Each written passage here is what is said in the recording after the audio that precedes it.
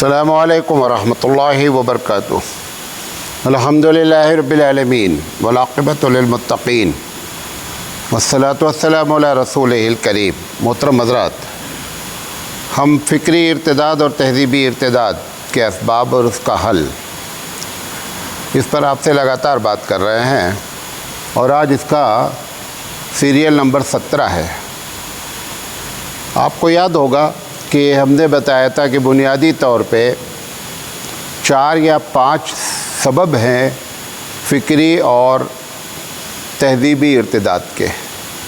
اس میں سے ایک میں نے بتایا تھا کہ ذاتی وجہ ہے، دوسری بتایا تھا کہ ہمارے تعلیم کا نقص کیا ہے، اور تیسری وجہ بتایا تھا کہ باہر کے لوگ کیسی پلاننگ کر رہے ہیں، اور چوتھی وجہ بتایا تھا کہ ایک ایسا ماحول کریٹ کر دیا گیا ہے، پوری دنیا میں ایک ایسا غلط ماحول پیدا کر دیا گیا ہے کہ جس کی وجہ سے فکری ارتداد ہے، اور 5ویں وجہ جو ہے وہ ہمارا مغلوب ہونا ہے۔ تو ہم نے اس پر اب تک آپ سے 3 باتیں کیا، ذاتی سبب بتایا، تعلیم کے بارے میں بتایا، اور باہر کی پلاننگ والوں کا بتایا۔ آج سے ہم جو بات کریں گے سیریل نمبر 17 میں کہ جو یہ غلط ماحول پیدا ہوا ہے وہ کیا ہے اور اس مسئلے کا حل کیا ہے۔ دیکھیں، یہ جو ماحول پیدا کیا جاتا ہے، نبی کریم صلی اللہ علیہ وسلم نے فرمایا کہ الکفر ملت واحدہ، کفر ایک یونٹی ہے، کفر ایک اتحاد ہے۔ اور یہ جملہ چھوٹا سا ہے، لیکن عملی شکل میں آپ دیکھیں کہ جیسے ایک مثال دے رہا ہوں اپنی بات کو سمجھانے کے لیے، جین مذہب، بودھ مذہب دونوں ہندو مذہب سے نفرت کی بنیاد پہ بھارت میں پیدا ہوئے، جین بھی اور بدھ۔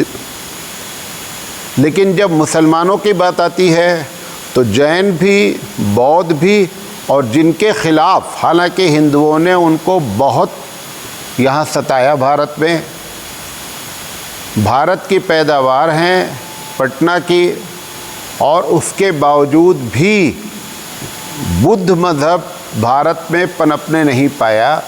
نتیجہ یہ نکلا سری لنکا سے لے کر کے جاپان تک اس کی آبادی ہے، لیکن بھارت والوں نے اس کو نہیں جینے دیا۔ لیکن جب مسلمان کا معاملہ آتا ہے تو جین، بودھ اور ہندو تینوں ایک ہو جاتے ہیں، حالانکہ آپس میں ان کی ایسے 36 کا آنکڑا ہے، کیونکہ حبیب مصطفیٰ فرما رہے ہیں کہ کفر ایک یونٹی ہے۔ اگر پوری دنیا کو تقسیم کریں تو 2 ہی دھرم ہیں، یا تو کفر ہے اور یا کیا ہے، اسلام ہے۔ کفر کی بہت سی برانچیں ہیں، لیکن جب اسلام کے ساتھ معاملہ آتا ہے تو سب متحد ہو جاتے ہیں۔ یہ ایک مثال بھارت کی۔ دوسری مثال، یہودی اور نصرانی کبھی بھی دیکھا جائے تو یہ آپس میں ان کی دوستی ہونی ہی نہیں چاہیے، کیونکہ اس عیسائیوں کا اتنا بڑا الزام ہے یہودیوں کے اوپر کہ عیسیٰ علیہ السلام کو پھانسی کی ساری پلاننگ کس نے رچی ہے؟ یہودیوں نے رچی ہے، بلکہ ان کے عقیدے کے مطابق پھانسی دے بھی دی ہے۔ لیکن جب اسلام کا معاملہ آتا، ابھی دیکھ لیجئے، ابھی معاملہ چل رہا ہے، یہودی کا سپورٹ کرنے والے سارے کے سارے کون لوگ ہیں؟ سب عیسائی ہیں، حالانکہ عیسائی کا یہودی سے کوئی رشتہ نہیں ہے، بہت زبردست 36 کا آنکڑا ہے۔ لیکن جب سامنے مسلمان آ جاتا ہے تو دونوں اکٹھا ہو جاتے ہیں۔ یہ بات تمہیدی طور پر بتا کر یہ بتانا چاہتا ہوں کہ جو ماحول بنایا جاتا ہے وہ اسلام کے خلاف سب لوگ مل کر ماحول بناتے ہیں، جس سے ہماری نسلیں اور ہمارے لوگ تہذیبی اور فکری ارتداد میں مبتلا ہوتے ہیں۔ آپ کو یاد ہوگا کہ میں نے شروع میں بتایا تھا کہ ابھی میں تہذیبی ارتداد کے بارے میں گفتگو نہیں کر رہا ہوں، وہ الگ سے کروں گا۔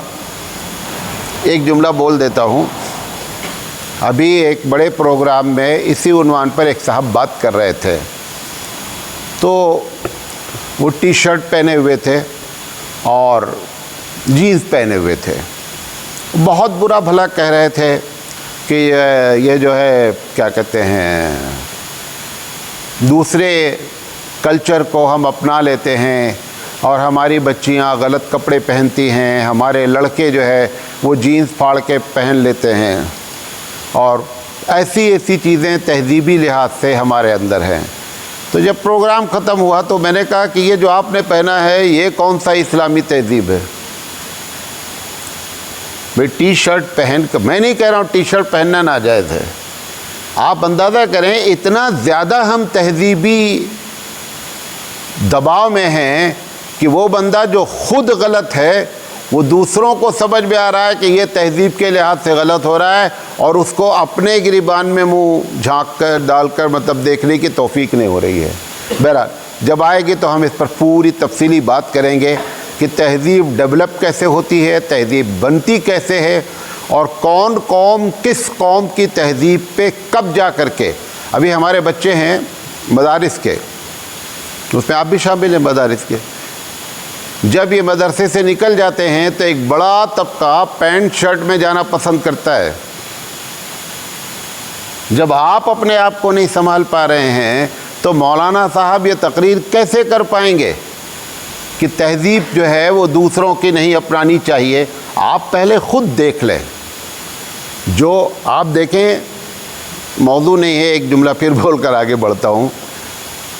عرب کہ لوگ جب ایئرپورٹ پر پہنچتے ہیں یورپ کے، 99% ان کی تہذیب ان کے لباس میں آ جاتے ہیں۔ یورپین ہزاروں نہیں لاکھوں لوگ عرب دنیا میں بڑی بڑی اونچی پوسٹوں پر ہیں، کبھی بھی عرب لباس میں نہیں آتے، کبھی بھی عرب لباس میں آفس میں نہیں آتے ہیں۔ وہ اپنی ٹائی جو کچھ بھی ان کا ہے اس میں آئیں گے، لیکن تمہارے لباس میں کبھی نہیں آئیں گے۔ اور تم ایئرپورٹ پر پہنچو گے اور پہنچتے ہی کیا ہو جائے گا؟ ایسے معاملہ ہوتا ہے۔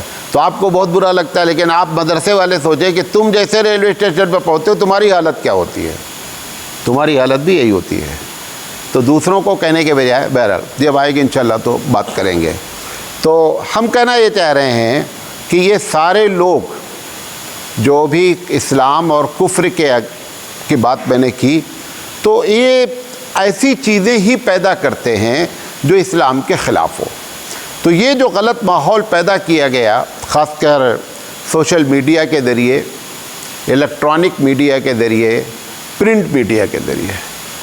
پرنٹ میڈیا میں اندازہ یہ ہے، یعنی جو پیپر چھپتا ہے، جو میگزین چھپتی ہے مختلف زبانوں میں، اندازہ یہ ہے کہ 3600 صفحے روزانہ اسلام کے خلاف لکھا جاتا ہے۔ کتنا؟